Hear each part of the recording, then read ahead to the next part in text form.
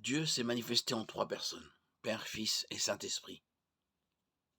Et ces attributs ou perfections sont vrais pour chaque membre de la divinité. Parce que Dieu est saint, juste et vrai, et qui ne peut rien faire d'incompatible avec lui-même.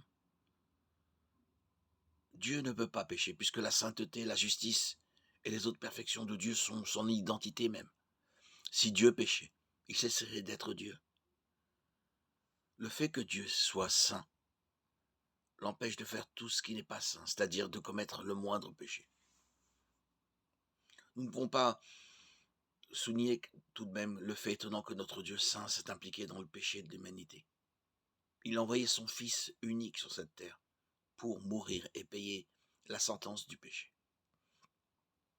Christ lui-même a souffert la mort pour les péchés, une fois pour toutes. Lui, l'innocent, il est mort pour des coupables afin de vous conduire à Dieu. 1 Pierre 3,18. Il a pris nos péchés sur lui et les a portés dans son corps sur la croix, afin qu'étant mort pour le péché, nous menions une vie juste. Oui, c'est par ses blessures que vous avez été guéris. 1 Pierre 2,24.